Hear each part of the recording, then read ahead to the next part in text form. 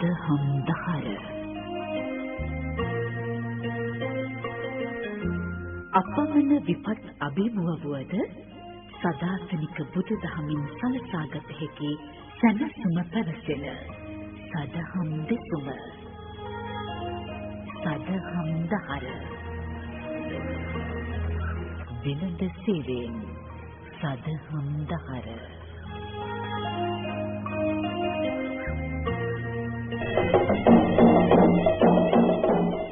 දහම් සූත්‍ර සදහම් දහර ධර්මානුශාසනාව.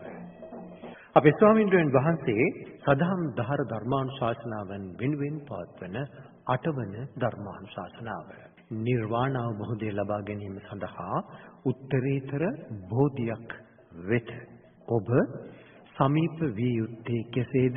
ඔබේ සිත ඒ සඳහා ශ්‍රද්ධාවෙන් යුක්තව හැඩගස්වාගත යුත්තේ කෙසේද යන්න පිළිබඳව මේ ධර්මානුශාසනාවෙහි මාතෘකාව කරගනු ලබනවා. සදහම් දහර ධර්මානුශාසනා මාලාවේ මේ ධර්මානුශාසනාව වෙනුවෙන් අද පින්වන්ත දායකත්වය ලබා ගන්නවා ශ්‍රී ලංකා යුද හමුදාවේ රණවිරු ඇපරල් සේනා විධායක සහ ප්‍රධාන විධායක නිලධාරී මේජර් ජෙනරාල් ශාන්ත රාජකරුණා මහතා, පාඨශාලාචාර්යනී සුනේත්‍රා රාජකරුණා මහත්මිය ඇතුළු පවුලේ පිරිස.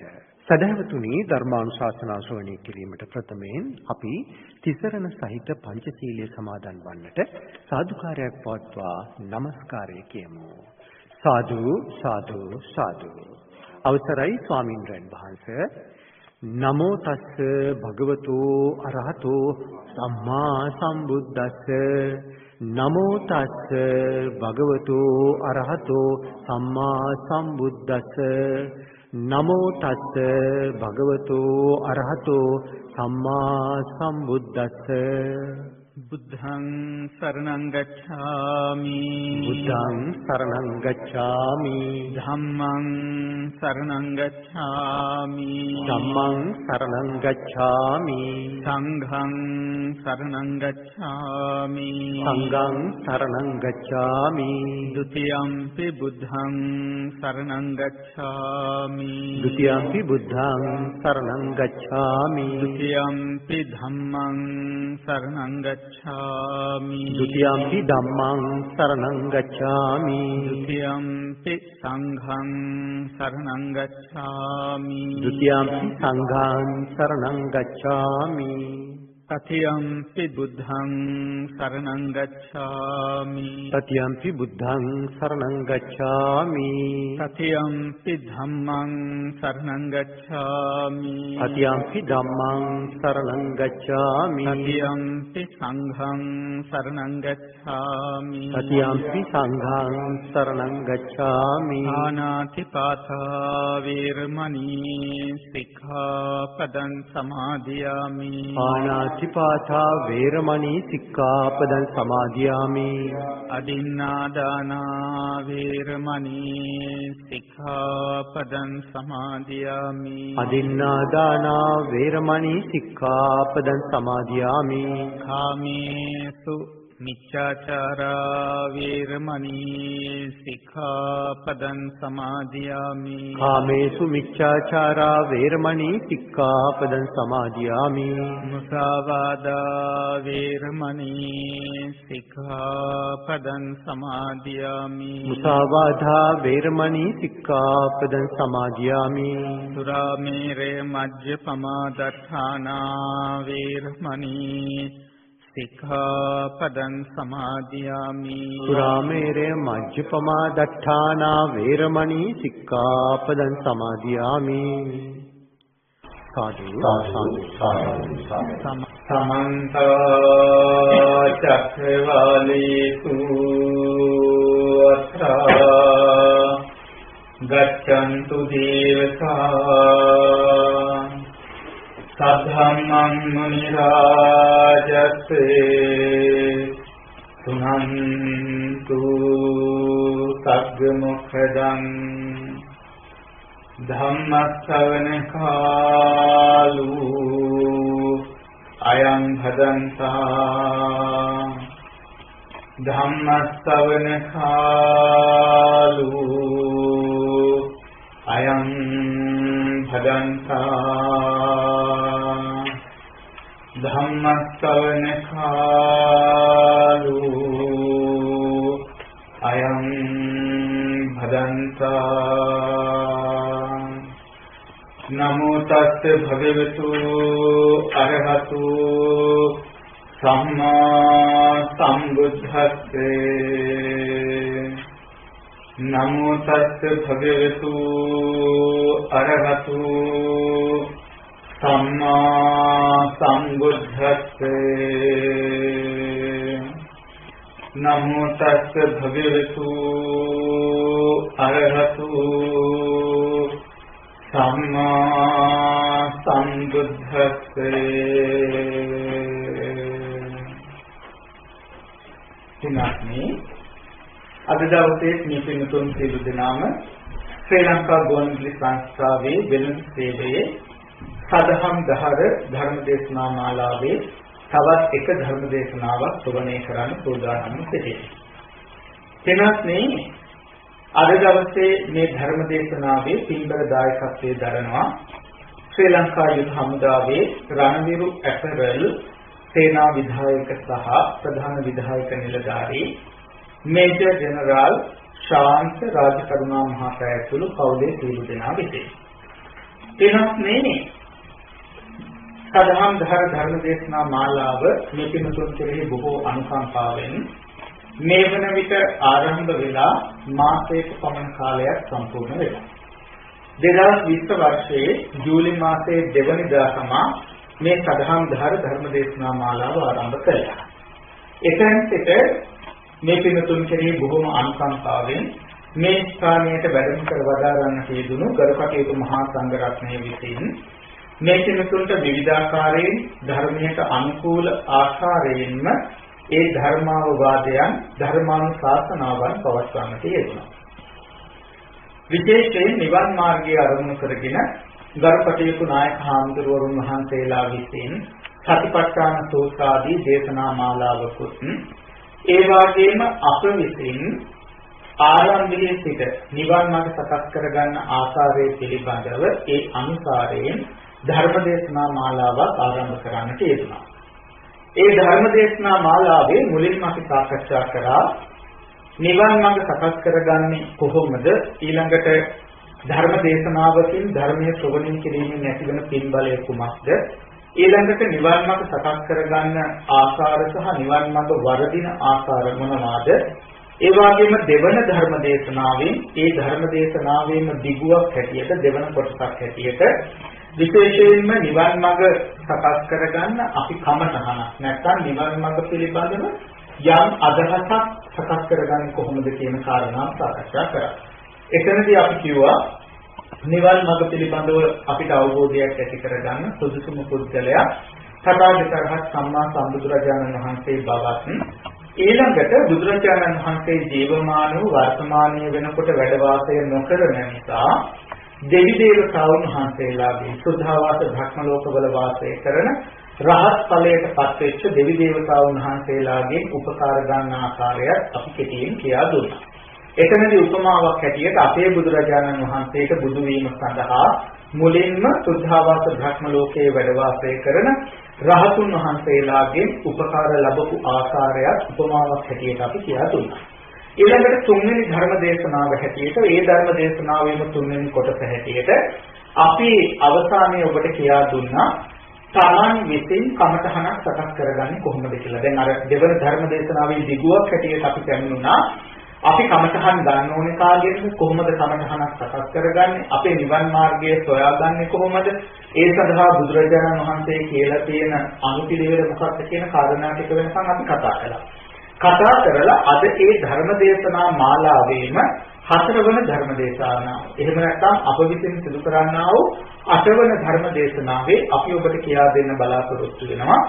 තමන් පිළිබඳව නුවණින් සලකලා කොහොමද තමන්ගේ නිවන් මාර්ගය සකස් කරගන්නේ? ඒ සකස් කර ගැනීමේදී තමන්ට ඒ අරමුණ නිවැරදිව සබා ගන්න හැකියාවක් නැතිනම් ඒ අවස්ථාවේදී ධර්මය අවබෝධ කරපු ඒ වගේම බෝධි සම්භාර ධර්ම පූර්ණණය කරන මහා බෝධිසත්වයන් වහන්සේලා වාගේ ඒ උදවියගෙන් අපි කොහොමද උදව් අරගෙන අපි හරියටම බෝධියක් අරමුණු කරගන්න කියන කාරණාව අද දවසේ කියා දෙන්න බලාපොරොත්තු වෙනවා. එතනදී දැන් අපි විවිධාකාර ආකාරයෙන් ධර්මයේ ශ්‍රවණය කරනවා. සමහර අවස්ථාවලදී දානීය ගැන අනුශාසනා කරනවා, සීලය ගැන අනුශාසනා කරනවා, සමත විදර්ශනා භාවනා ගැන අනුශාසනා කරනවා. ඒ වගේම විවිධාකාර ක්‍රමවේදයන් පිළිබඳව නිවන් දකින්න අසුවල් කටයුතු කළ යුතුයි කියලා අපි නිරන්තරයෙන් අහන්න ලැබෙනවා. ඒ අහන්න ලැබුණට ගොඩාක් දෙනාට තියෙන ප්‍රශ්නයක් තමයි මම පෙර ඔබට කිව්ව ආකාරයට බොහෝ භික්ෂුන් වහන්සේලා විවිධ පරියායන්ගේ විවිධ අංශයන් මාර්ගයන් ඔස්සේ මේ ධර්මය අවබෝධ කරගන්න තියෙන මාර්ගය පිළිබඳව සාකච්ඡා කරාට මේක කොතනින්ද පටන් ගන්නෙ? මොකද හාමුදුරුවෝ 10 දෙනෙක් ගත්තොත් තම තමන්ගේ අවබෝධයට අනුව සමහර වෙලාවට කියන මඟ ආකාර 10ක් වෙනවා. එතකොට ගිහි උදවියට සමහර වෙලාවට ප්‍රශ්නයක් ඇති වෙනවා.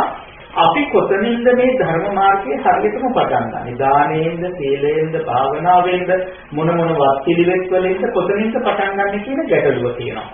අන්න ඒ නිසා ඒ ගැටලුව निराකරණය කර දීමේ ඒ වගේම හරියටම නිවන් මාර්ගය සකස් කරගන්නේ කොතනින්ද කියන කරුණ පිළිබඳව ඔබට නිවැරදි අවබෝධයක් ලබා දෙන බලාපොරොත්තු වෙනු තමයි අපි මේ ධර්ම දේශනා මාලාව මුලින්ම පටන් ගත්තේ. මොකද අපි එතනදී ගියවර ඔබට කිව්වා මෙතන වැරදුනොත් අපි කොච්චර පින් කළත් අපි කොච්චර නිවන් සම්පත් ප්‍රාර්ථනා කළත් අපට නිවන් දකින්න බෑ සාංසාරිකව පිනක් හැටියට. නැත්නම් අපි කියනවා පුණ්‍යාභි සංස්කාර ධර්මයක් හැටියට සතරට සැප විපාකයක් දීලා ඒ කරුණ අවසන් වෙනවා. නිවන පිණිස පවතින්නේ නැහැ. දැන් හොඳම උදාහරණයක් කිව්වොත් දැන් අපේ බොහෝ දෙනා පංචශීලයේ සමාදන් වෙනවා. අපි ඔබට ඉදිරියට පංචශීලය ගැන සිල්පදයට අරගෙන දීර්ඝව නිවැරදිව කරුණු කියා දෙන්න බලාපොරොත්තු වෙනවා. මේ කරුණ වලින් පසුව එතනදිත් කියලා දෙනවා. නමුත් අපි හිතමුකෝ අපි පංචශීලයේ සමාදන් වෙනවා කියලා. නමුත් අපි ඇහුවොත් අපේ පංචශීල සමාදන් වෙන පින්වතුන්ගෙන් ඔය ගත්තු සීලය නිවන් පිණිස පවතුනාද කියලා ඉවරලා බොහෝ දෙනා ගත් කටටම කියන්නේ ඔව් කියලා. නමුත් ධර්මයේ තුලට ඇවිල්ලා බැලුවොත් බුදුහාමුදුරන්ගේ දේශනාවට ඇවිල්ලා බැලුවොත් අපේ බහුතරයක් දෙනා සමාදන් වෙන සීලය නිවන පිණිස පවතින්නේ නැහැ. ඒකට හේතු තියෙනවා. හේතු තමයි එකක් සිල්පදේ ස්වභාවය දන්නේ නැහැ. සිල්පදේ රැකෙන්නේ කොහොමද කියලා දන්නේ නැහැ. සිල්පදේ කැඩෙන්නේ කොහොමද කියලා දන්නේ නැහැ. ඊළඟ සිල්පදේ කැඩුනොත් ඒක ආරක්ෂා කරගන්නේ කොහොමද කියලා දන්නේ නැහැ. මම මේකට උපමාවක් කියන්නම්. දැන් අපි පංචශීලයේ සමාදන් වෙනකොට පංචශීලයේ දෙවෙනි සිල්පදයේ තියෙනවානේ අදත්තාදානයේ සොරකම පිළිබඳව.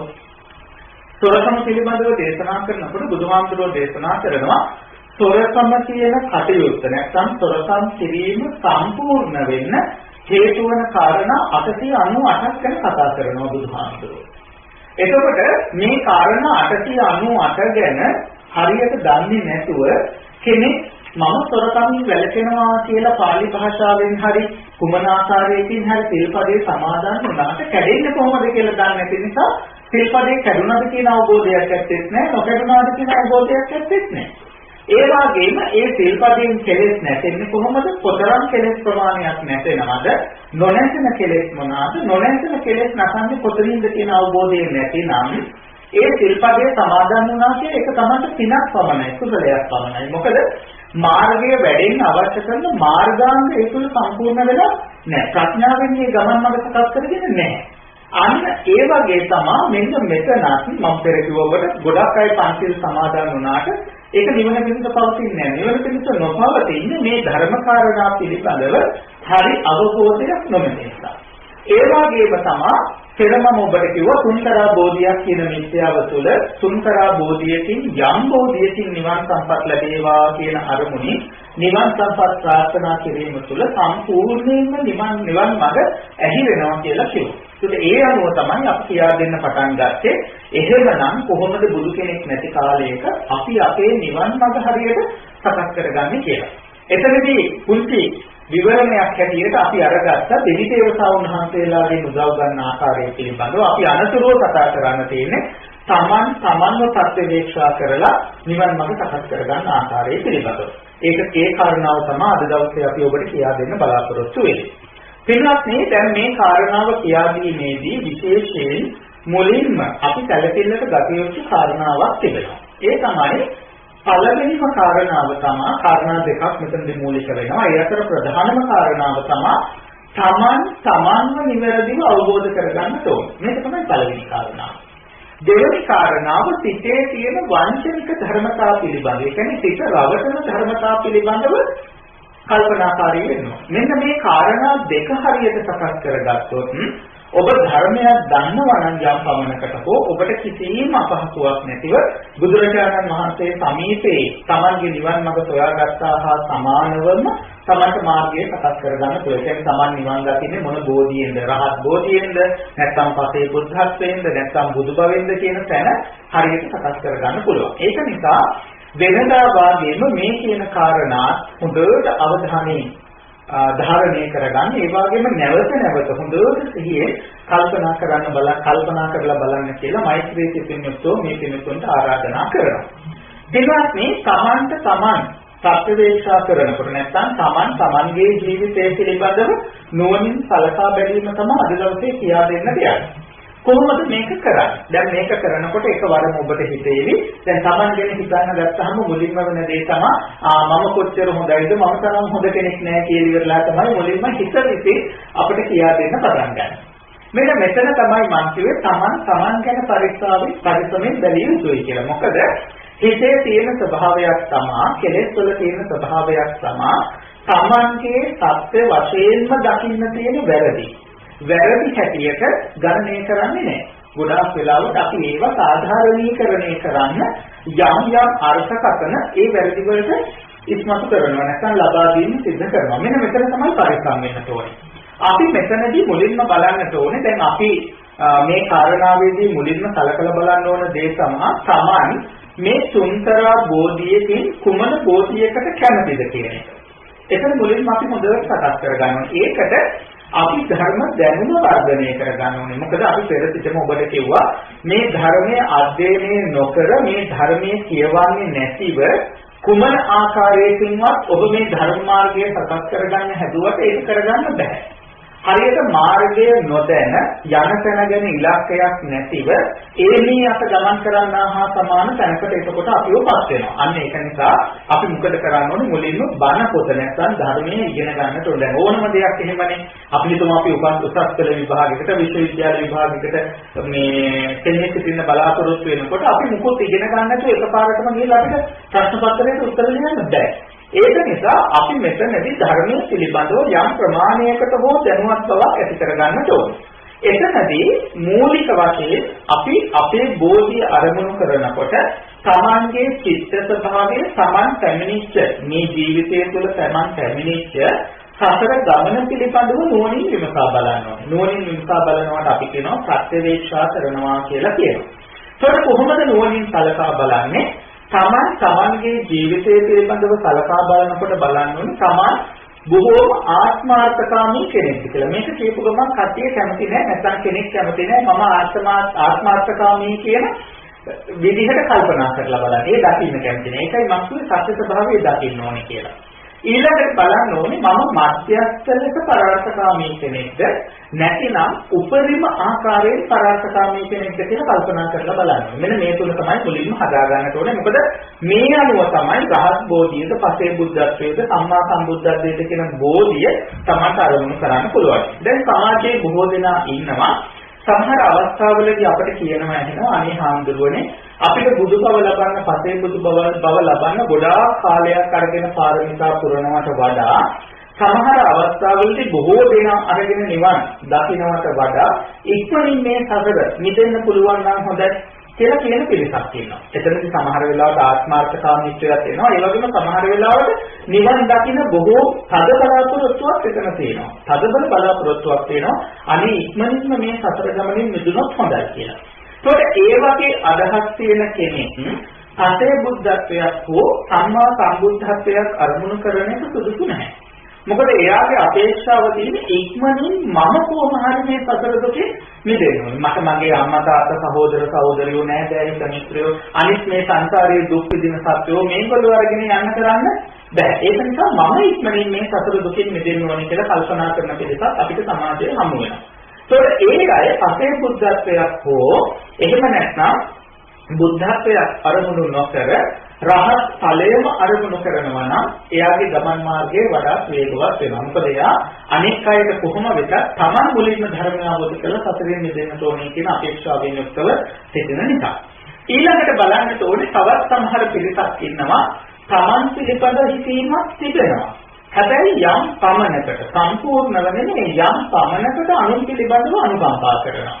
අනේ මමත් මිදෙන ගමන් අනිත් අයටත් හොදක් කරන්න පුළුවන් නම් හොඳයිනේ. ඒකෙන් අනිත් අයටත් හිතක් ශාන්තියක් සැලසෙනවා. ඒ අයගේ සතර ගමනට සුවයක් ලැබෙනවානේ කියලා ඉවර වෙලා එහෙම කල්පනා කරනකොට ඉන්නවා. අන්න එතකොට ඒ වගේ අයට හොඳයි අපේ බුද්ධත්වයක් අරමුණු කරන එක. හැබැයි මෙතන සොයා ගැනීමේ ක්‍රම තියෙනවා. ඒවත් අපි කියලා දෙනවා. ඊට පස්සේ තවත් සමහර පිරිසක් ඉන්නවා. දැන් අපේ සමාජයේ තෝරන තරම් මිනිස්සු ඉන්නේ තමන් ගැන හිතනවට වඩා 100%ක්ම අනුන් ගැන හිතන්නේ. තමන්ට කන්නනක තමන් කුසගින්නේ කරලා තමන්ගේ බත්තට දෙනවා තව කෙනෙකුට. තමන්ට අඳින්න හොඳ වස්ත්‍රයක් තියෙද්දි තමන් මේ දුර්වර්ණ වෙච්ච නැත්නම් දුර්වල වෙලා කිය ඇඳුමක් ඇඳලා හොඳ ඇඳුම තව කෙනෙකුට දෙන්න උනා කැමැත්තෙන් කටයුතු කරන මිනිස්සු ඉන්නවා සමාජයේ. බොහෝම පරාර්ථකාමී මිනිස්සු ඉන්නවා. ඒ අය හැමතිස්සෙම තමන් ගැන හිතනවට වඩා වැඩිපුරම හිතන්නේ අනුන් ගැන. අනේ මේ අනුනුත්සවපත් වෙනවා නම් කියන චේතනාව ඒගොල්ලන්ගේ හිත තුළ බොහෝම වැඩි. අන්න ඒ වගේ කෙනෙකුට සුදුසුයි බුද්ධත්වයේ වගේ තනතුරක් ප්‍රාර්ථනා කරන. හැබැයි ඒක තමන්ගේ මේ සිතවිල්ල මතම නෙමෙයි. මේ සිතවිලි තිබ්බත් කෙනෙකුට හිතනවා නම් රහත් බෝධිය හොඳයි කියලා කමක් නැහැ. තමන්ට හිතන විදිහට ඒ කටයුත්ත කරන්න පුළුවන්. නමුත් මම කියන්නේ මූලික වශයෙන් මේ සිතේ ස්වභාවය අනුව අපේ මනසේ ස්වභාවය අනුව අපි කොහොමද මූලික වශයෙන් පදනමක් යොදාගන්නේ කියන කාරණාව තමයි මම කියන්නේ. එතකොට දැන් අපි හිතමුකෝ අනේ මම මේ සතර ගමන ඉක්මනින්ම නිදෙන්නට ඕනේ කියලා කල්පනා කරන කෙනෙක් ඒක නා මුලින්ම කරන්නට ඕනේ දැන් එයා රහත් බෝධියක් ප්‍රාර්ථනා වෙන්නේ. එතකොට එයා බලන්න ඕනේ මම සංසාරයේ ඒ পদවිය ප්‍රාර්ථනා කරන්නේ මොන ස්වරූපයෙන්ද කියලා. ඒ ස්වරූපයට අනුව තමයි එයාගේ බෝධියේ ස්වභාවය තීරණය වෙන්නේ. දැන් අපි හිතමුකෝ සමහර වෙලාවට කාන්තාවෝ ඉන්නවා. ඒ කාන්තාව සමහර වෙලාවට කැමති කාන්තා භවයේ තියෙන දුක් පීඩා දැකලා ඒ දුක් බොහෝම අත්විඳලා ඒකවල කැමති ඊළඟ ආත්ම භාවවල පිරිමි ආත්ම භාවයකට පැමිණෙන්න. එහෙම පිරිමි ආත්ම භාවයකට පැමිණෙන්න පින් කරනවා වාගේම ඒ සමහර පිරිසක් ඉන්නවා පිරිමි ආත්ම භාවයක් තුලින්ම නිවන් සම්පත් ළඟා කරගන්න බලාපොරොත්තු සහිත වෙනවා. එතකොට එහෙම බලාපොරොත්තු තියෙන කෙනෙක් ආපහු කාන්තා උත්පත්තියක් තුළ නිවන් සම්පත්තියට යන අරමුණක් අරගත්තට ඒක ප්‍රයෝජනෙ ආදී. මොකද එයාගේ මූලික අරමුණ තියෙන්නේ මම ඊළඟ ආත්ම පිරිමි ආත්ම භාවයකට යන්න ඕනේ. පිරිමි ආත්ම භාවයකින් ඉඳන් ඉක්මනට නිවන් දකින්න ඕනේ කියන කාරණාව තියෙනවා. එතකොට එයා නැවත නැවතත් ස්ත්‍රී උත්පත්තියක් තුළ කල්ගත කරන එක තේරුමක් නැති කටයුත්තක් බවට පත් වෙනවා. ඒ වගේම තවත් සමහර පිරිස් ඉන්නවා කාන්තාත්ම භාවයටම කැමතියි. කාන්ත ආත්ම භාවයේ තුලින්ම නිවන් සම්පත් ලබන්න අපේක්ෂාවක් තියෙනවා. එතකොට ඒකේන නැවත නැවත පිරිමි ආත්ම භාවයන් ප්‍රාර්ථනා කරනවට වඩා ඒ කාන්ත ආත්ම භාවයේම වඩා සුවපත් ගත කරන්න පුළුවන් විදිහට පින් දහම් ටික කරගෙන නිවන් මඟ සකස් කරගන්න එක තමයි වඩා සුදුසු. ඒක නිසා රහත් ඵලයක් අරමුණු කරන යම් කෙනෙක් ඉන්නවා නම් මුලින්ම තමන් අපේක්ෂා කරන්නේ කොතනින් රහත් ඵලය ලබන්නද කියන කාරණාව හොඳට අවබෝධ කරගන්න ඕනේ. දැන් උදාහරණයකට අපි ගමුකෝ. දැන් අපි හැම බුද්ධ ශාසනයක වාදයේම අපේ බුද්ධ ශාසනයේ 80 මහා ශ්‍රාවක ශ්‍රාවිකාවන් වහන්සේලා සිටිනවා. මේ 80 මහා ශ්‍රාවක ශ්‍රාවිකාවන්ගේ 40 දෙනෙක් භික්ෂුන් වහන්සේලා නැත්නම් රහතුන් වහන්සේලා. ඊළඟට භික්ෂුණීන් වහන්සේලා පිරිසකුත් වාසය කරනවා. ඊළඟට ගිහි පිරිමි උපාසක පිරිසකොත් ගිහි උපාසිකා පිරිසකොත් මේ ශාසනය තුළ 80 මහා ශ්‍රාවක ශ්‍රාවිකා තනතුරු වලට පැමිණලා තිබෙනවා. එතකොට මේ ඔක්කොම නිවන් දකින්නේ නැත්නම් මේ 80 දෙනාම නිවන් දක්න්නේ රහත් ඵලය.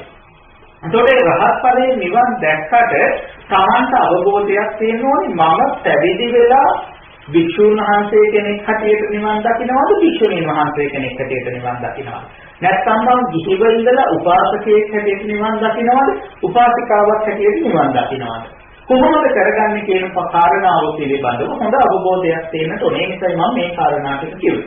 ඒ කාරණා ටික සම්පූර්ණ කරගන්න ඔබ යම් පමණකට 80 මහා ශ්‍රාවක ශ්‍රාවිකාවන්ගේ චරිත අධ්‍යයනය කරලා තියෙන්න ඕනේ. මොකද මේ ටික අවශ්‍යමයි. මෙතන අමාරුම දේ තමයි හරියට පාර සකස් කරගන්න එක. කල් අරගෙන වුණා ඒක හරියට කරගත්තොත් ඉතුරු නිවන් දකින්න තියෙන ගමන් මාර්ගයේ බොහෝම වේගයෙන් අපිට ගමන් කරන්න පුළුවන් හැකියාව තිබෙනවා.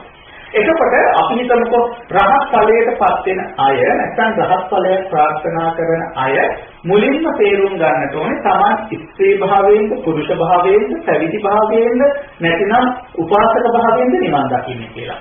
ඒක තේරුම් ගත්තු අය ඊළඟට රහත් භවයේ තියෙන ප්‍රභේද පිළිබඳව අවබෝධයක් ඇති කරගන්න ඕනේ. මොකද මෙතන කරන ලොකුම වැරද්ද තමයි මම හැමතිස්සෙම කියනවා වගේ කොතන හෝ තැනකදී අතීතයේ මේක අපිට වරද්දලා තියෙනවා, වැරදිලා තියෙනවා.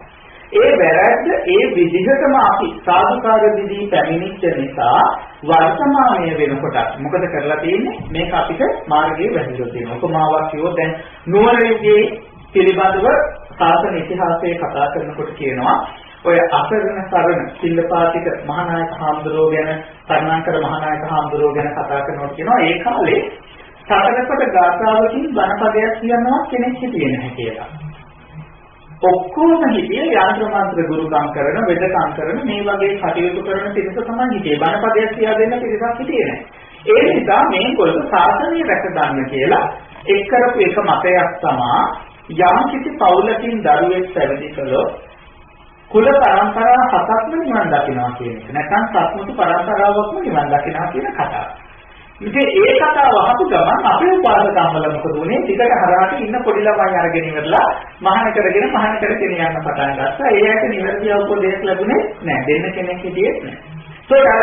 යම් කාලයක අරුපුදයක් වසා ගැනීමේ නිවැරදි කර ගැනීමේ බලාපොරොත්තුෙන් ගොඩනගපු සංකල්පයක් වැරදි සාකච්ඡායි. ඒ වගේම තමයි ඒ කාලයේම ගොනු කරපු තව මතයක් තමයි තුන්තරා බෝධියකින් යම් බෝධියකින් නිවන් සම්පත් ලැබේවා කියන මතය. එතනත් මම ඔබට ගියවර කියා දුන්නා තුන්තරා බෝධියකින් යම් බෝධියක් කියනකොටම බෝධිය අරමුණු වෙලා නැහැ. මම රහත් වෙන්න කොතනින්ද කියලා අරමුණු වෙලා නැහැ. එක්කෝ මම රහත් බෝධියක වෙන්න පුළුවන්, පසේ බුද්ධත්වයක වෙන්න පුළුවන්, සම්මා සම්බුද්ධත්වයක වෙන්න පුළුවන්. මට පාර හරියට සකස් වෙලා දෙන්නේ නැහැ. අන්න ඒක නිසා මේ වැරදි මතිමතාන්තර එකතු වීම නිසා වර්තමානීය වෙනකොට මේ නිවන් මාර්ගයේ පිළිබඳව බොහෝ අර්බුදකාරී තත්ත්වයන් අනුභවෝදයන් තිබෙනවා. අන්න ඒ නිසා තමයි පරිස්සම් වෙන්න ඕනේ කියන්නේ. ඒකට දැන් මානසිකව මම ඔබට පසුව කියලා දෙන්නම්. ඇයි අපි පැවිදිද ගිහිද කියන ප්‍රභේදයක් බලන්න ඕනේ කියලා. රහත් ඵලයේ අරමුණු කරන කෙනා මුලින්ම රහත් ඵලයේ ප්‍රභේද පිළිබඳව ඉගෙන ගන්නට ඕනේ. කෙනෙක් රහත් ඵලයටපත් වෙනකොට එක් ස්වභාවයක් තමයි පහළම ස්වභාවය තමයි ශුෂ්ක විදර්ශක රහතුන් වහන්සේ කෙනෙක් බවට පත් වෙන්නට පුළුවන්. කවුද මේ ශුෂ්ක විදර්ශක මහරහතන් වහන්සේ කියලා කියන්නේ?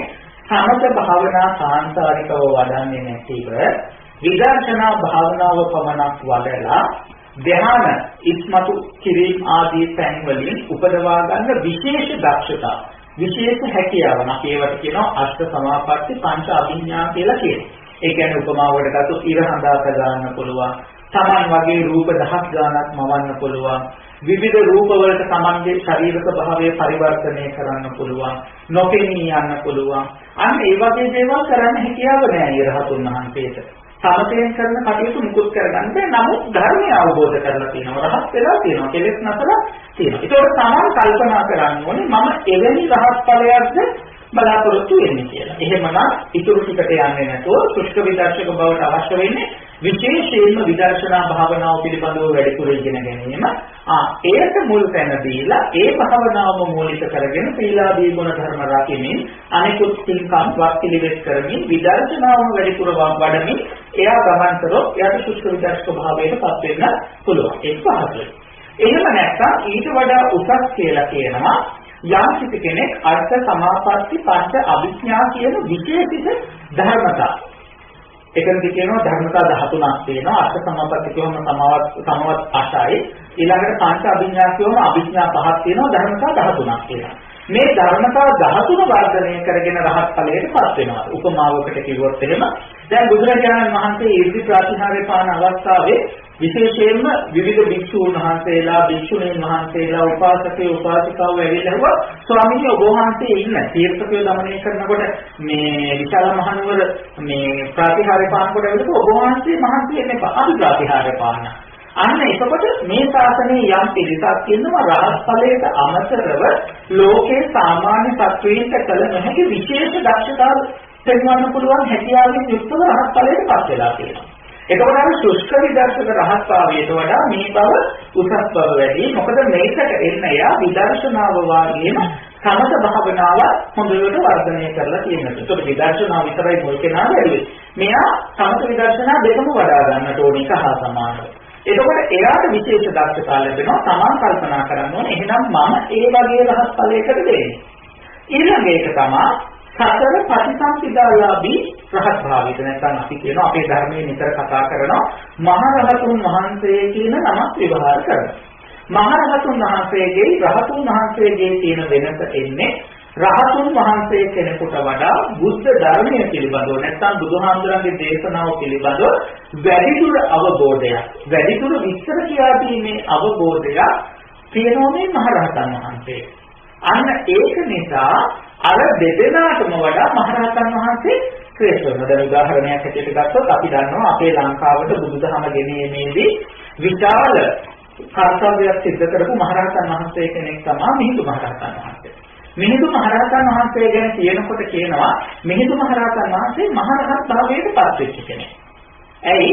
උන්වහන්සේට ඒ මහරහත් භාවයට පත්වීමම ලංකාවට ධර්මය රැගෙන එන්න විශේෂ සුසුකමක් වුණා. මොකද ධර්මයේ පිළිබඳව අතිරේක දැනුමක් තියෙනවා. සාමාන්‍ය රහතුන් වහන්සේ කෙනෙකුට වඩා වැඩි දැනුමක් තියෙනවා. ඒක තමයි කල්පනා කරන්න ඕනේ මම රහත් වෙන්නේ මේ මට්ටමෙන්.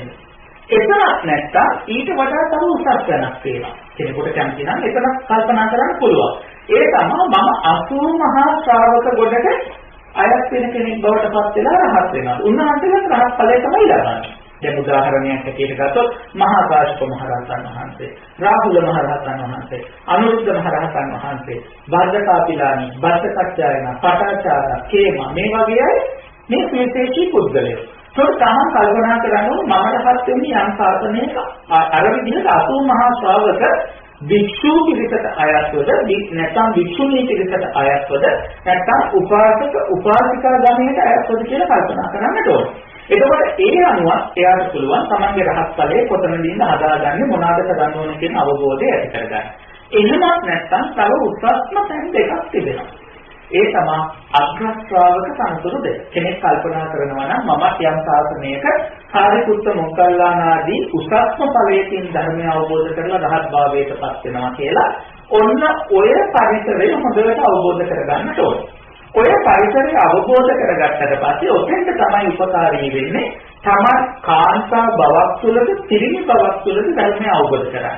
ඒතකොට කාන්තා භවක් තුළ අපිට කෙනෙක් පටාචාරාවකගේ නැත්නම් යශෝදරාවගේ ඒ වගේ තැනකින් රහත් ඵලයේ සාක්ෂාත් කරන්න බලාපොරොත්තු වෙනවා නම් එයා නැවත නැවත පිරිමියාත්ම භාවයක් ප්‍රාර්ථනා කරලා පිළිකිරීම තුළ එයාට ප්‍රයෝජනයක් වෙන්නේ නැහැ. අන්න ඒක නිසා අපි හොඳට එතන තේරුම් ගන්න. ඒ වගේම තමයි රහත් ඵලයේ සාක්ෂාත් කරන්න සමහරුන්ට තේනවා කවදා කොහොම ප්‍රාර්ථනා කළත් පිරිමියාත්ම භාව නොලැබෙනවත් තියෙනවා.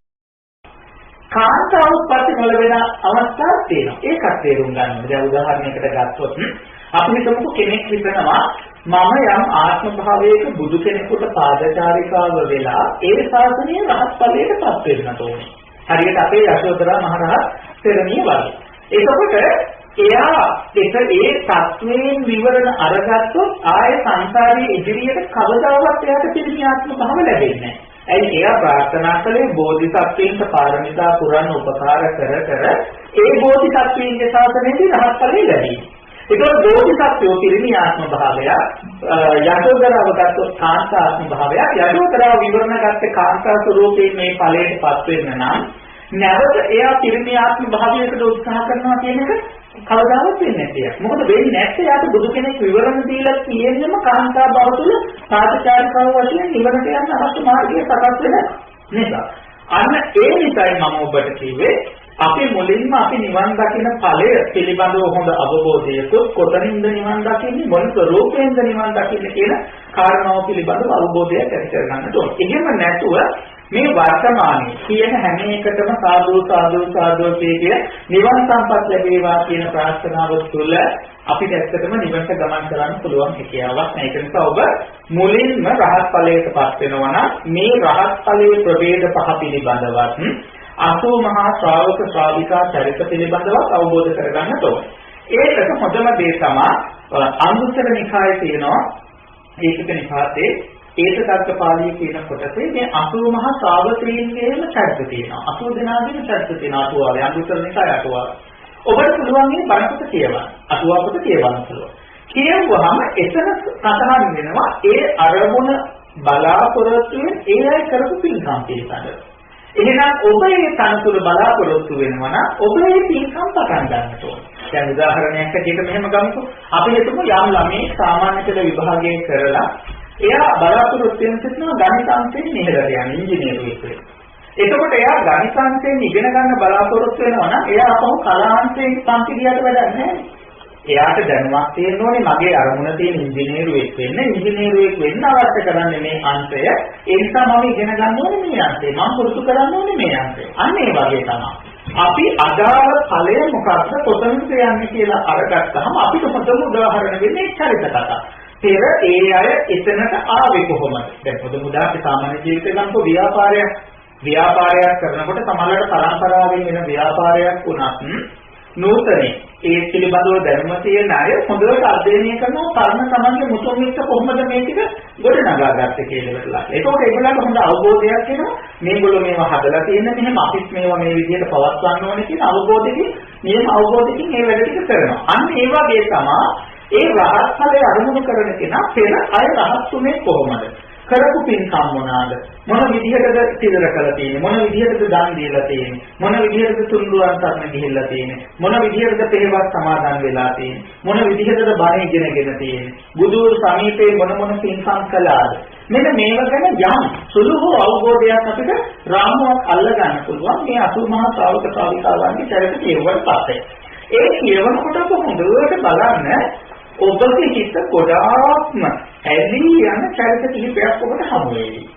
සමහර වෙලාවට සරියුත් හාමුදුරන්ගේ චරිතය වෙන්න පුළුවන්. සමහරවිට මුගලන් හාමුදුරන්ගේ චරිතය වෙන්න පුළුවන්. සමහරවිට මහා කාශ්‍යප හාමුදුරන්ගේ චරිතය වෙන්න පුළුවන්. නැත්නම් යශෝදරාවගේ චරිතය වෙන්න පුළුවන්. නැත්නම් බෝධිසත්ව මාතාවගේ චරිතය වෙන්න පුළුවන්. රාහුල කුමාරයාගේ චරිතය වෙන්න පුළුවන්. මේ වගේ මොකක් හරි චරිත දෙක තුනක් ඔබට හම්බ වෙනවා. විශේෂයෙන් අනෙක් චරිතවලට වඩා විශේෂව තමන්ගේ හිත ගන්න. ඒ හිත ගැනීම සිද්ධ කරන්නේම පෙර සංසාරේ තමන්ගේ ප්‍රාර්ථනා බලය මෙතෙන්ද සම්බන්ධ වෙන නිසා. අන්න එතකොට අනෙක් තනතුරු ඔස්සේ සුවන්නේ යන්න ඒ තමන්ට පේනවා හොඳට අනේ මේ චරිතය හරි හොඳයිනේ හරි ශ්‍රේෂ්ඨයිනේ මටත් ඒ වගේ වෙන්න පුළුවන් නම් මටත් ඒ වගේ ධර්මතා පුරුදු කරන්න පුළුවන් නම් කියලා හිත හොඳට ඇලෙන්න පටන් ගන්නවා අර චරිත ස්වභාවය සහ ඒ චරිත ස්වභාවයේ තියෙන ලක්ෂණات එක්ක. අන්න එතකොට ඒකේ තේරුම තමයි ඔබ සංසාරේ සමහර වෙලාවට එවැනි චරිතයක් බලාපොරොත්තු වෙන ආත්මෙන් ආත්මයට ප්‍රාර්ථනා කරගෙන ආපු කෙනෙක් වෙන්න පුළුවන්. ඒ නිසා තමයි හිතාර විදිහට මේ චරිතයට ඇලීම සිද්ධ වෙන්නේ. අන්න එතන හොයා ගන්නයි මේ 80 මහා ශ්‍රාවක ශ්‍රාවිකා චරිත ටික කියව ගන්න කියලා කියන්නේ. අන්න එතනට ආවට පස්සේ ආපහු අනෙක් චරිත වලට යන්න එපා.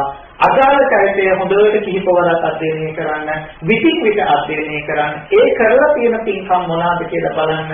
ඒ පින්කම් සහ ඒ වස්තිලිවෙත් වලට අනුරූපීව ඊට පස්සේ තමන්ගේ නිවන් මාර්ගය සම්පූර්ණ කරගන්න බලන්න. අනෙක් අයට වඩා එහෙමයි ගමන් කරන අරමුණක් නැති අයට වඩා ඉතා වේගයෙන් ඔබට නිවන සඳහා ගමන් කරන්න පුළුවන් කියලා ඒ තුල සකස් වෙනවා. අපි පසුව කියලා දෙනවා මේක කොහොමද හදාගන්නේ මොන විදිහකට ප්‍රාර්ථනාවක් සබාගන්නේ. මොකද දැන් හැම ආකාරයකින්ම නිවන් දැක්කට බුදුහාමුදුරේ කාර්යය කරන්නේ නැහැ. නිවන් දකින්න ප්‍රතිපදා හතරක් තියෙනවා පටිපදා සූත්‍රයේ. ඒතකොට මේ හතරේ ප්‍රතිපදා දෙකක් සැපසේ නිවන් දකින්න ක්‍රම. ප්‍රතිපදා දෙකක් දුකසේ නිවන් දකින්න ක්‍රම දෙකක්. ඒතකොට සැපසේ නිවන් දැකීමේ සැප දුක දෙක මිශ්‍රව නිවන් දකින්න ක්‍රමයකුත් තියෙනවා. දුක රහිතවම සැපසේම නිවන් දකින්න ක්‍රමයකුත් තියෙනවා. ඒතකොට මේ ක්‍රම හතරෙන් බුදුහාමුදුරුවෝ නිතරම අගය කරන්නේ දෙපාර්ශ්වයෙන්ම සැපසේ නිවන් දකින්න ප්‍රතිපදාවයි. දැන් හොඳම උදාහරණය සරියොත් හාමුදුරුවෝයි මුගලන් හාමුදුරුවෝයි දෙදෙනා වහන්සේලා ගත්තාම දෙදෙනා නිවන් දකින්න තනිච්ච ප්‍රතිපදාව පිළිබඳව වර්ණනා කරනකොට බුදුහාමුදුරුවෝ වැඩියෙන් අගය කරන්නේ සරියොත් හාමුදුරුවන්ගේ ප්‍රතිපදාව. මුගලන් හාමුදුරුවන්ගේ ප්‍රතිපදාව මේ වැඩි හොඳයි කියන්නේ නැහැ. ඇයි? සරියොත් හාමුදුරුවෝ දෙපාර්ශ්වයෙන්ම සැපසේ නිවන් දැකපු කෙනෙක්. මුගලන් හාමුදුරුවෝ කොටසක් සැපසේ කොටසක් දුක්සේ නිවන් දැකපු කෙනෙක්. අර දුකේ එක කොටසක් තිබ්බ නිසා බුදුහාමුදුරේ ඒක අගේ නොකරනවා නෙමෙයි. වැඩි අගය කරන්නේ. ඊට වඩා දෙපාර්ශ්වයම සැපසේ අරමුණු කරපු නිවන් දැක්පු ක්‍රමය තමයි අගය කරන්නේ. අන්න ඒ වගේ ක්‍රම තිබෙන නිසා ඒව ගැන අවබෝධයක් අරගෙන තමන් කොහොමද මේක සකස් කරගන්නේ කියන අවබෝධයට පැමිණෙන්නට ඕනේ. ඇත්තටම ධර්මයේ තුල තියෙන අපහසුම කොටස මේ කොටස. මොකද මේක හදාගත්තොත් මේක තමයි පාදම නැත්නම් ෆවුන්ඩේෂන් එක. මෙතන හදාගත්තොත් පිටිපිට ගන්න පුළුවන්. මේක වරද්දගත්තොත් පාදමක් නැතුව ෆවුන්ඩේෂන් එකක් නැතුව පිටිපිට ගන්න ගේ හදා ගන්න බෑ වගේ ගොඩක් දැන් වරදින්න මේක උපකාරයක් වෙනවා. ඒක නිසා ශ්‍රාවක චරිත කියවන්නට ඕනේ. එහෙම කියවනකොට ඔබ හොඳට අධ්‍යයනය කරන් ඔබගේ හිතේ යන චරිත එකක් හෝ දෙකක් තියෙවි. අනතුරු ඒනොත් වැඩියෙන්ම Tamanට කැමති චරිතේ තෝරගෙන ඒ කරපු පින්කම් හොඳට සටහනක් දාගන්න. නැත්නම් ලියා ගන්න. නැත්නම් මේ පින්කම් හොඳට මතක තියාගන්න. තියාගෙන තමන් ඒ පින්කම් කරලා බලන්න ඒ පින්කම් වලට තමන්ගේ හිත වැඩිපුර හොඳට ඇලිලා නැවත ඒ පින්කම් කරන්න තමන්ට අදහසක් එනවද කියන තැන. එහෙම එනවා නම් බය වෙන්න එපා. ආයෙ වෙනත් අදහස් මුකුත් තියාගන්න එපා. ඒක තමයි ඔබ සංසාරයේ අරගෙන ආපු අරමුණ. ඒක ඔස්සේ දිගටම ගමන් කරන්න පටන් ගන්න බොහොම කෙටි කාලයකින් ඔබට නිවන් සුවය ලබා ගන්න පුළුවන් හිතියාව තිබෙනවා. හැබැයි එතනදී ඔබ නිවැරදිව අඳුන ගන්නට ඕනේ ඔබ පිරිණි ආත්ම භාවයක් තුළ ජීවෝ පැවිදි ආකාරයෙන් නිවන් දකින්නේ. එහෙම නැත්නම් ඔබ කියන්නේ ස්ත්‍රී ආත්ම භාවයක් තුළ ගතොත් ස්ත්‍රීව උපාසිකාවක් වශයෙන් හෝ භික්ෂුණියක් වශයෙන් නිවන් දකින්නේ. නැත්නම් පිරිණි ආත්ම භාවයක් තුළ භික්ෂුවක් හෝ උපාසකයෙක් හැටියට නිවන් දකින්න කියන කාරණාව ඔබ වෙන් කරලා අඳුන ගන්න ඕනේ. ඒ අනුව තමයි ඊට පස්සේ චර්ිත ස්වභාවයට අනුව ඔබට ඒ ටික සම්පූර්ණ කරගන්න පුළුවන් වෙන්නේ. ඕක තමයි පළවෙනිම කාරණාව. ඕක හරියට අවබෝධ කරගත්තොත් රහත් ඵලයේ අරමුණු කරන කෙනෙක් හරියට නිවන් දකින මාවතේ සිටගත්තු ගමන් කරපු කෙනෙක් නෙමෙයි මතක තියාගන්න. ආරම්භයේ සිටගත්තු කෙනෙක් බවට පත් වෙනවා. කාමයා නිවන් මාගේ යන්න පටන් ගත්තේ නෑ. මොකද නිවන් මාගේ යන්න තමයි යාට දානීය, සීලය, භාවනාව ඒ ටික අවශ්‍ය වෙන්නේ. එයා ඉන්නේ හරියට තමන්ගේ පාර අඳුනගෙන යායුතු මඟ තුල ආරම්භයේ පටන් ගත්තු කෙනෙක්. මගේ ඒ මාර්ගයේ පළවෙනි පියවර තමන් සුසු කෙනෙක් බවට තමයි පත් වෙන්නේ. ඒක නිසා මේ ටික හදාගත යුතුයි මුලින්ම මේ ටික හරියට ගන්න. හැබැයි එතනදී පරිස්සම් වෙන්න ඕනේ. තමන්ගේ හිතේ වංචනික ධර්ම පිළිබඳව ඔබට පුළුවන් නම් ගොඩාක් හොඳයි ඔය රේරුකාණේ චන්දවිමල මහානායක හාමුදුරන් වහන්සේ ලියපු වංචනික ධර්ම නැත්නම් චිත්තෝපක්ලේශ ධර්ම කියලා ධර්ම ග්‍රන්ථයක් තියෙනවා. ඒක වටිනා. මේ ධර්ම ග්‍රන්ථයේ සඳහන් වෙනවා කෙලෙස් 1500ක් පිළිබඳව බුදුහාමුදුරෝ දේශනා කරපු ඒ කෙලෙස් අපිව රවටා හැතිරෙන්නේ කොහොමද කියලා හොඳට විග්‍රහ කරලා තියෙනවා. දැන් මම මේකට උපමාවක් කියන්නම්කෝ. සමහර අවස්ථා තියෙනවා මෛත්‍රී ස්වභාවයෙන් රාගය මතුවෙන. මෛත්‍රිය කියලා කියන්නේ එළියට. නමුත් ඇතුළේ තියෙන ඇත්තටම සිත ඇතුළේ තියෙන රාගය. මේක තමයි උපමාවක් කරන. අපි හිතමු අපි ගොඩාක් මිනිස්සු පිළිච්ච බඩු බාහිර ආදී පුරෝගත්තු බස් එකේ යනවා. අපි ඉන්න සීට් එක ගාවම වයසක අම්මා කෙනෙකුත් ඉන්නවා. තරුණ කාන්තාවකුත් ඉන්නවා. අර වයසක අම්මා ගොඩාක් බඩු බාහිර ආදී අරගෙන ඉන්නවා. අර තරුණ කාන්තාවගේ අතේ බඩු මල්ලක් මොනවා හරි තියෙනවා කියලා හිතනවා. ඒකවල තරුණයෙක් හෝ යම් කෙනෙක් වාඩි වෙලා ඉන්නවා. එතකොට සමහර අවස්ථා තියෙනවා අර වයසක අම්මට අම්මගේ බඩු බාහිර ආදී හෝ ආසනය නොදී අර තරුණ කෙනාගේ බඩු බාහිර ආදී හෝ ඇයට ආසනය දෙන්න කල්පනා කරනවා. නමුත් හිතෙන් ඔක්කොටම පේන්නේ හරි කරුණාවන්ත ස්වභාවය කියලා. නමුත් අභ්‍යන්තරයේ ක්‍රියාත්මක වෙලා තියෙන රාගය. රාගය මතුවලා තියෙනවා කරුණාව කියන ධර්ම ස්වභාවයේ. කරුණාව කියන ධර්ම ස්වභාවය ආවරණයක් වගේ ඇතුළත තියෙන දේ නොපෙන්වා සිටිනවා. අන්නේ ධර්මතාවය තමයි මේ වංචනික කියන්නේ රවට්ටනවා කියන එකනේ වංචනික ධර්මතාව කියලා දේශනා කරන්නේ.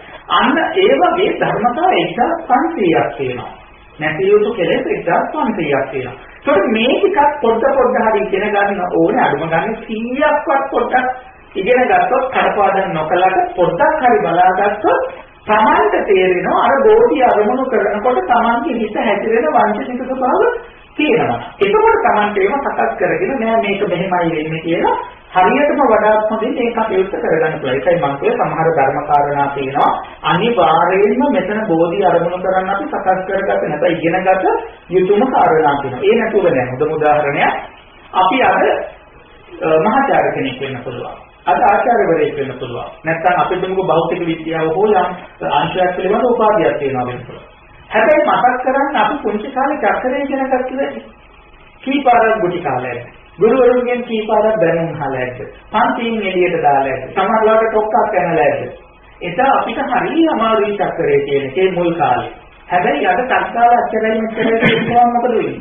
ඉස්සර පොඩි කාලේ වගේ කටපාඩම් කර කර ඉන්න දෙයක් නෑ. වහා අපිට ඒක සිහිපත් වෙනවා. අන්න ඒ වගේ සමහර කාරණාවලට එන්න අපිට මූලික දැනුමක් ලබාගත යුතු කරුණු තියෙනවා. ඒ කරුණු ටික අවශ්‍යයි.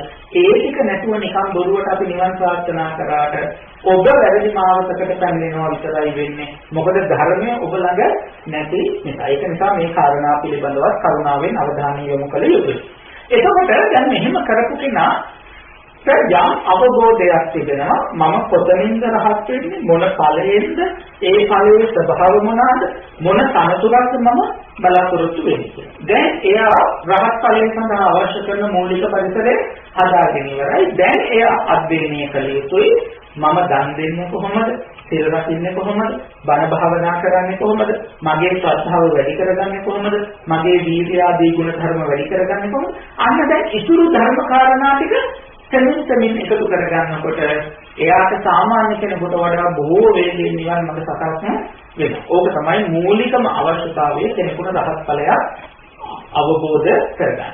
ඊළඟට මම කියමු සමහරු මේ ජීවිතේ ඉන්නවා ආත්මාර්ථකාමී නැත්නම් සමාන දැනම විතරක් නෙමෙයි යම් පමණකට අනුගෙනත් හිතනවා. එයාට හොඳයි පසේ බුද්ධත්වය කරමුණු කරන එක. මොකද පසේ බුද්ධත්වයට කෙනෙක්පත් වෙන්නේ ලෝකය පිළිබඳව යම් පමණකට පරාර්ථකාමී හැඟීමක් නිසා. හේතුව තමයි මේ ලෝකයේ බුදුරජාණන් වහන්සේලා නැති කාලයේදී මේ ලෝක සත්‍යයට පිළිසරණක් වෙන්න කවුරුත් නැහැ. දානයක් දෙන්න, පිනක් කරගන්න, වතක් පිළිවෙතක් කරගන්න, බණක් අහගන්න, ඊළඟට අපිටමකෝ පින්කමක් කරගන්න දැන් උදාහරණයක් වස්ත්‍ර සීමේ පින්කමක්, කටින පින්කමක්, නැත්නම් කුටි ජනතුන් පූජාවක්, චීවර පූජාවක් මේ වගේ දේවල් කරගන්න මිනිසුන්ට ඉඩ නැහැ. මොකද බුදුහාමුදුරුවෝ ලෝකේ ඒ කාලේ නැහැ. නමුත් මම පසේ බුද්ධත්වයටපත් වුණොත් ඒ පසේ බුද්ධත්වයටපත් වීමෙන් බුදු කෙනෙක් ලෙස නිවන් සුවය ළඟා කරගන්න දෙන්න බැරි වුණා කිසිවක් නැති මිනිසුන්ට යම් කිහිපයක් ලැබෙනවා. මොකද තමන්ට දානය පූජා කරලා තමන්ව දැකලා හිත පහදවාගෙන වස් කාල වලට කුඩි සෙනසුන් හදලා දීලා චීවර පූජා කරලා බෙහෙත් හේත් පූජා කරලා මේ වගේ විවිධ පින්කම් කරලා බුදුවරු නැති කාලෙදී මේ මිනිසුන්ට පින් කරගෙන අපායෙන් දෙන්නේ මිදෙන්නේ උපකාරයක් බවට පත් වෙනවා. අන්න ඒ නිසා මම කිව්වා රහත් ඵලයට වඩා මෙතනදී පරාර්ථකාමීත්වය ටිකක් වැඩිපුර ඉදිරියට ගමන් කරනවා. අන්න එහෙම කෙනෙක් හොඳයි පසේ බුද්ධත්වයේ අරමුණු කරන එක. හැබැයි එතකොට අර රහතුන් වහන්සේලා ගැන හෙව්වා වගේම පසේ බුදුරුන්ගේ චරිත පිළිබඳව අනිවාර්යයෙන්ම අධ්‍යයනය කරන්න ඕනේ. ඒකට හොඳම උදාහරණය තමයි අපේ ත්‍රිපිටකයේ සූත්‍ර පිටකයේ කුද්දක නිකායේ සුත්ත නිපාතේ කග්ගවිසාන සූත්‍රයේ ඒ වගේම කුද්දක නිකායේ අපදාන කාලයේ බුද්ධාපදාන පස්සේ බුද්ධාපදානයේදී පසේ බුදුරජාණන් වහන්සේලා 41 දෙනෙකුගේ චරිත කතා පිළිබඳව විග්‍රහ කරලා තියෙනවා. ඊට අමතරව ඉතිගිලි සූත්‍රයේ පසේ බුදුරජාණන් වහන්සේලා 500 දෙනෙක් ගැන විග්‍රහ කරලා තියෙනවා. ඊළඟට ජාතක කතා පොතේ අපේ බුදුරජාණන් වහන්සේට විවිධ අවස්ථාවලදී හම්බ වෙච්ච විවිධ පසේ බුදුවරුන්ගේ චරිත කතා පිළිබඳව විග්‍රහ කරලා තිබෙනවා. ඒකෝට අන්න ඒ වගේ පසේ බුදුවරු ගැන කියවෙන කරුණු අඩංගු තැන ඒ අවශ්‍ය ධර්ම කාරණා ටික කියවුවාම ඒ වගේම උන්වහන්සේ දැන් උදාහරණයක් විදිහට ගත්තොත් රහත් ඵලයටපත් වෙන කෙනෙකුට දාන සීල භාවනාදී පින්කම් තමයි මාර්ගය බවට පත් වෙන්නේ. නමුත් පසේ බුද්ධත්වයටපත් වෙන කෙනෙක් විශේෂයෙන් සම්පූර්ණ කරන්න ඕන වතක් තියෙනවා. ඒ වත පැවිදි වෙලයි කරන්න ඕන. ඒකට කියනවා ගතපච්චාගත වත කියලා. පිළිපාත චාරිකාවේ හැසිරෙනවා. නමුත් Taman විදර්ශනා කමතහනක් වඩනකම. මෙන්න මේ ගතපච්චාගත වත ඉගෙන ගන්න ඕනේ. පසේ බුද්ධත්වයට අරමුණු කරන කෙනා. ඒවා ඉගෙනගෙන ඒ කමතහන් ඉගෙනගෙන ඒ පසේ බෝසත්වරුන්ගේ චරිත ස්වභාවයන් පිළිබඳව ඉගෙනගෙන අනතුරුව මොකද කරන්න ඕනේ? ඒව ටික ටික පුරුදු කරන්න ඕනේ. ඒවට හිත යොමු කරන්න ඕනේ. ඒව ගැන හිතන්න ඕනේ. ඒ කාරණා ගැන ශ්‍රද්ධාව උපදවා ගන්නට ඕනේ. Taman අපේටම අද මේ ජීවිතේ ජීව සිටිනවනම් ඒ වාක්‍යලිවෙත් පූර්ණණය කරන්න Taman කල්පනා කරන්න ඕනේ ඊළඟ ආත්ම භාව මත පැවිදි වෙන්න ලැබේවා. ඒ විදිහට පින්ඩපාත යන්න ලැබේවා. විදර්ශනා භාවනා වඩන්න ලැබේවා. දුතාංග සමාදන් වෙන්න ලැබේවා කියලා ඒව ප්‍රාර්ථනා කරගෙන පින්කම් කරන්න ඕනේ. එතකොට මේ ජීවිතයේදී එයා ගිහිව සිටියා ඊළඟ ආත්ම භාවයේ පැවිදි බවට පත්වන්නට ලැබිලා අර සාසනවල ඒ පතේ පුත්‍රත්වයේ සඳහා බෝධිසත්වයන් වහන්සේලා වර්ධනය කරපු ධර්මතාවයකට පරිපූර්ණ වෙනවා. ඊළඟට කෙනෙක් උපරිම පරාර්ථකාමී හැඟීමක ඉන්නවා වෙන්න පුළුවන්. සමහරවිට තමන්ගේ ජීවිතය ගැන හිතන්නේ නැහැ අනුන්ට තමයි හොඳ කරන්න උත්සාහවත් වෙන්නේ. අන්න ඒක නට බොහෝම හොඳයි බුද්ධත්වය බලාපොරොත්තු වෙන. දැන් මම කියවනේ පෙර දෙවියන්ගෙන් උදව් ගන්නකොට මම කිව්වා අපේ බුදුහාමුදුරුවෝ මවත් කරේ තියාගෙන මහ මොහොතේ පීනනකොට අර දේවතාව කලකපු දේ තමයි අනේ තමන්ගේ ජීවිතය ගැන නොබලා අනුන්ගේ ජීවිතය ගැන බලනවා. මෙහෙම කෙනෙකුට ලෝකෙටම අනුකම්පා කරන්න පුළුවන්. මෙච්චර වීර්යය තියෙන කෙනෙකුට ලෝකයක් එතර කරන්න වීර්යය වඩන්න පුළුවන්. අන්න ඒ වගේ තමයි උපරිම පරාර්ථකාමී හැඟීමක් තියෙනකොට සම්මා සම්බුද්ධත්වයෙන් අරමුණු කරන්න පුළුවන්. එතකොට විශේෂයෙන්ම ජාතක කතා කොට අධ්‍යයනය කළ යුතුයි. චර්යා පිටකය අධ්‍යයනය කළ යුතුයි. බුද්ධ වංශ පාළියේ බුදුරු 24 දෙනෙක් ගැන අපේ බුදුහාමුදුරන්ට විවරණ දීපු චරිත කතා තියෙනවා. ඒවා අධ්‍යයනය කරන්න ඕනේ. අපේ බුදුහාමුදුරුවෝ මනෝ ප්‍රණිදිය, වාග් ප්‍රණිදිය, කාය ප්‍රණිදිය සම්පූර්ණ කරපු හැටි, ඒ කාලවල කරපු පින්කම්, ඊළඟට ඒ පින්කම් කරපු ස්වභාවය, හමු වෙච්ච බුදුවරු, ඊළඟ බුද්ධත්වයේ තියෙන ප්‍රයෝජන, ලෝකෙට කොච්චර සේවයක් වෙනවද, මොනතරම් මේකේ ආනිසංස තියෙනවද, මෙන්න මේවා පිළිබඳව සලකා බලන්න. සලකා බලලා ඒ බුදුවරු ප්‍රායෝගිකව වැඩුවා වූ මාර්ගය පිළිබඳව අවබෝධයක් ඇති කරගෙන තමන් මොකද කරන්නේ? ඒ ධර්මතා කුසල ධර්මතා ටික ටික දැනි ගන්න වර්ධනය කරන්න පටන් ගන්නවා. අන්න එතකොට එයා ටිකින් ටික ඉදිරියට බුද්ධත්වයේ සඳහා සුසු පුද්ගලයෙක් බවට පත් වෙනවා. මෙන්න මේ තැන් තුන निराකරණය නොකරගෙන හුදේ තුන්තරා බෝධියකින් යම් බෝධියකින් නිවන් සම්පත් ලැබේවා කියලා කල්පනා කිරීම මහා මිත්‍යාවක් බවට පත් වෙනවා. ඔබට ගියවර කිව්වර ඔලිම්පික් තරගයකට සුසන්තිකා නෝන දුවන්න ගිහලා ට්‍රැක් කටේම දුවන්න ගියොත් මොකද වෙන්නේ?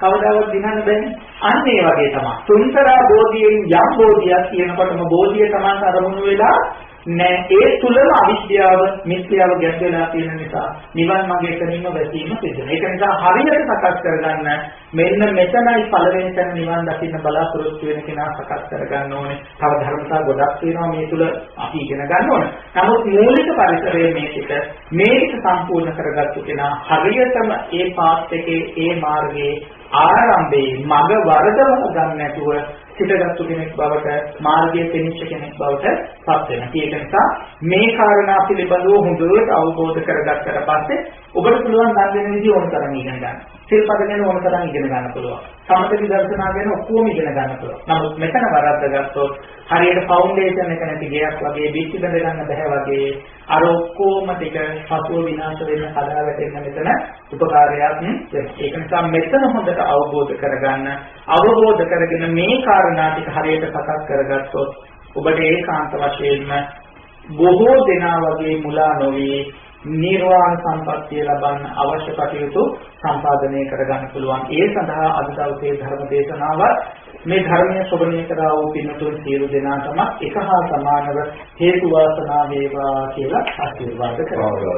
අවසරයි ස්වාමීන් වහන්සේ අද දායකත්වයේ ප්‍රධාන අරමුණ පිළියම්දල නාසමුව කුමුදුමාවත ඩයමන්ඩ් ගාඩන් සීපරිචි ශ්‍රී ලංකා යුද හමුදාවේ රන්විරු ඇපරල් සේනා විධායක සහ ප්‍රධාන විධායක නිලධාරී මේජර් ජෙනරාල් ශාන්ත රාජකරුණා මහතා පාඨශාලාචාරිණී සුරේත්‍රා රාජකරුණා මහත්මිය නෙත්මිනි රාජකරුණා සහ තෙරුණි මායා රාජකරුණා ඇතුළු පවුලේ පිරිස ආරම්භ කරගන්නේ නැති ගිය තම ආදරණීය පියාණන් වූ කුඩා බණ්ඩාර ජයසුන්දර පියතුමාටත් ඒ වගේම ප්‍රින්සි ජයසුන්දර ආදරණීය අම්මාටත් බහුගමන සුවපත්ව මතු භවයකදී නිර්වාණ සුවය ලැබීමට පින් අනුමෝදන් කිරීම තම ආදරණීය පියාණන් වූ විල්ෆර්ඩ් රාජකරුණා පියාණන්ටත් දේශී රාජකරුණා ආදරණීය අම්මාටත් බහුගමන සුවපත්ව මතු භවයකදී නිර්වාණ සුවය ලබා ගැනීමට පින් අනුමෝදන් කිරීම හා සතර ගමන් මගේ හමු වූ මේ දක්වා වර්ග පරම්පරාවේ නීගිය සියලු ඥාතීන්ට නිර්වාණ සුවය පතා පින් අනුමෝදන් කිරීම. ආදරණීය දරුවන් දෙදෙනා වන නෙත්මිනි රාජකරුණා සහ තෙරුණි හිමායා රාජකරුණාගේ අධ්‍යාපන කටයුතු සාර්ථක වේවා සුපිරිසිදු යහපත් අනාගතයක් සඳහා සෙත් ප්‍රාර්ථනා කිරීමත් ඒ වගේම තම ආදරණීය උපාලි ජයසුන්දර සහෝදරයා හා චිත්‍රා ජයසුන්දර ඇතුළු පවුලේ සියලුම ඥාතීන්ට සෙත් ප්‍රාර්ථනා කිරීමත් ශ්‍රී අනිතා කතුලි ඇතුළු පවුලේ සියලුම ඥාතීන්ට සෙත් ප්‍රාර්ථනා කිරීමත් ශ්‍රී ලංකා යුද හමුදාවේ රණවිරු ඇපරල් ආයතනයේ සියලුම රණවිරුවන්ට ශ්‍රී ලංකා යුද හමුදාවේ සියලුම රණවිරුවන්ට නිරුක් නිරෝගී සුවපතා සෙත් ප්‍රාර්ථනා කිරීමත් ආරම්භ කරගන්නවා ශාන්ත රාජකරුණා මහතා සමග සුරේත්‍රා ජයසුන්දර මහත්මිය ඇතුළු පවුලේ පිරිස. අවසරයි ස්වාමීන් වහන්සේ දැන් පුණ්‍යානුමෝදනා කරනවා. එතනස්නේ අද දවසේ මේ කෙනෙකුන් සියලු දෙනාම ශ්‍රී ලංකා ගුවන්විදුලි සංස්ථාවේ මේ මැදිරිය වෙත පැමිණිලා බොහෝම හොඳ පිළිකමක් සිදු කරන්න කියදුනේ විශේෂයෙන් ශ්‍රී ලංකා යුද හමුදාවේ රන්විරු ඇපරල් සේනා විධායක සහ ප්‍රධාන විධායක නිලධාරී මේජර් ජෙනරාල් ශාන්ත රාජකරුණා මහත්මයා ඇතුළු පවුලේ සියලු දෙනාම මේ ස්ථානයට රැස් වෙලා ඉතා වටිනා පින්කමක් සිදු කරා. විශේෂයෙන් බලාපොරොත්තු වෙනවා මේ ජීවිතයේදී සාංශාරිකවත් ඔබ අපනමින් මේ පරිලෝක වෙලා වූ සියලු දෙනාටම පින් අනුමෝදන් කරන්න.